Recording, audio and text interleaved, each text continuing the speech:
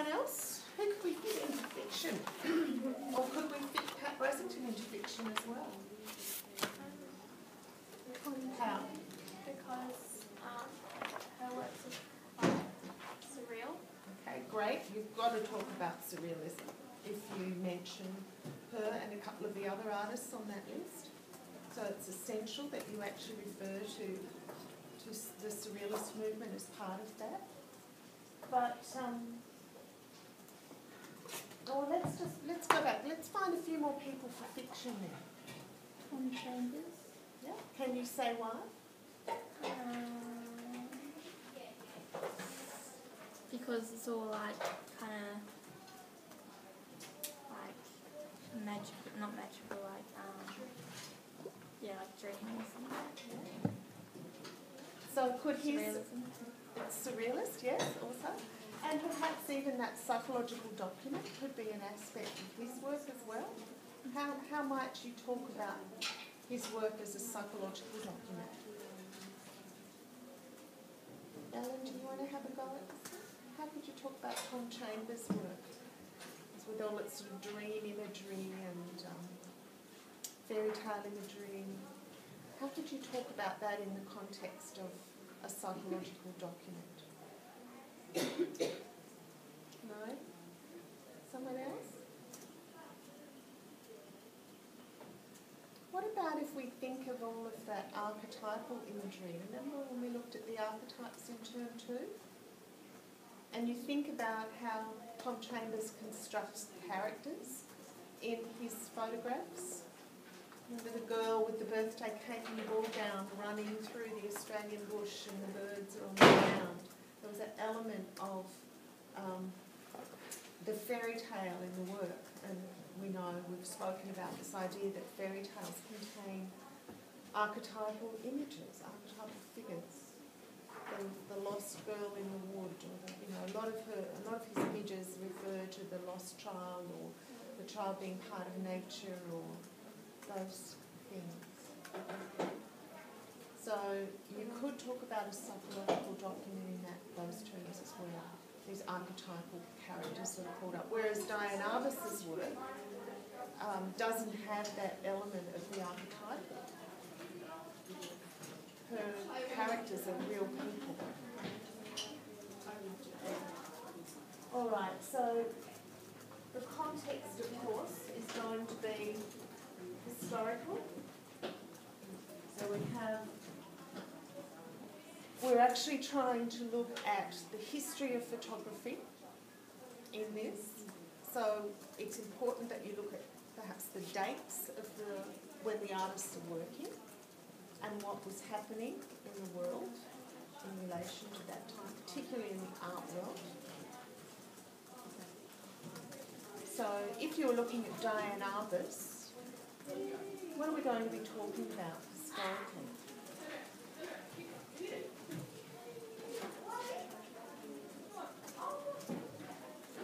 The times that she was working. Was there a lot of like feminist movements? Yes, so we had, and we can draw Pat Brasington into that and a few of the other artists on that list. So we're looking at sort of big social, socio-cultural sort of events that are happening in the world. Certainly with Diane Arbus, it was the civil rights movement and things like that. It was also the beginning of the postmodernist movement, so looking at minorities and how minorities are viewed. So she was looking at a range of people from minority groups, wasn't she? The disabled and transsexuals. She was looking at people living on the fringes of New York City. And so her works kind of became a documentation of the hidden. So very relevant to the time. It's quite anti-conservatism.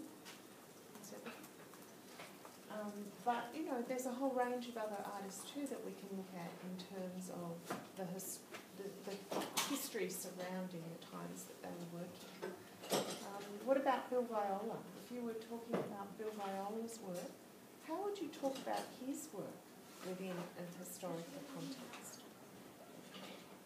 What would you need to mention?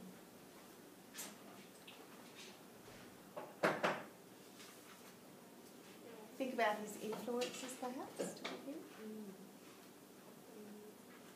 What were some of his big influences? Religion. Okay, religion. So specifically?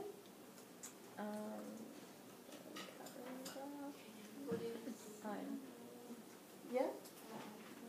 Sufi religion, so Eastern religion, but he's also looking at very early Christian representations of those.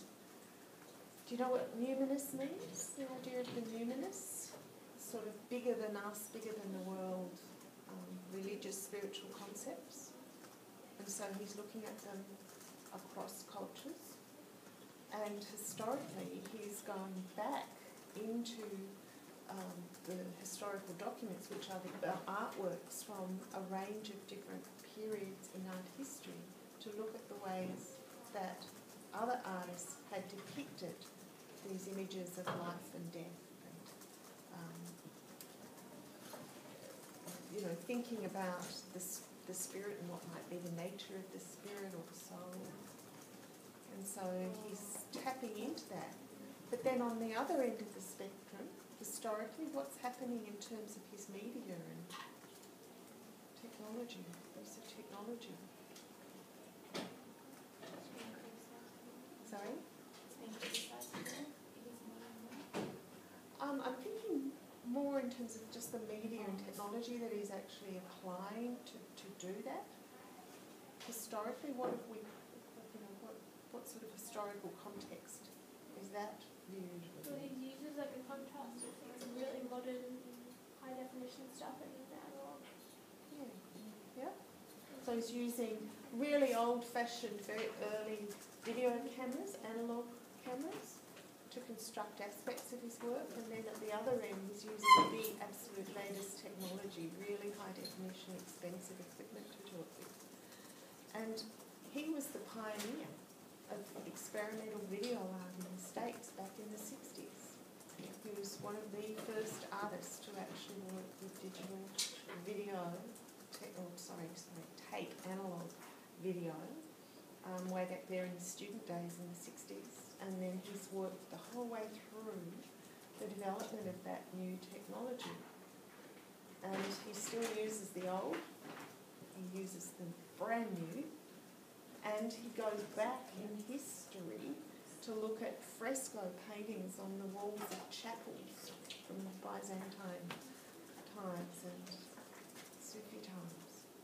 So his work really does draw influences, techniques, processes, concepts from throughout history. So you can't talk about Bill Viola without that historical context.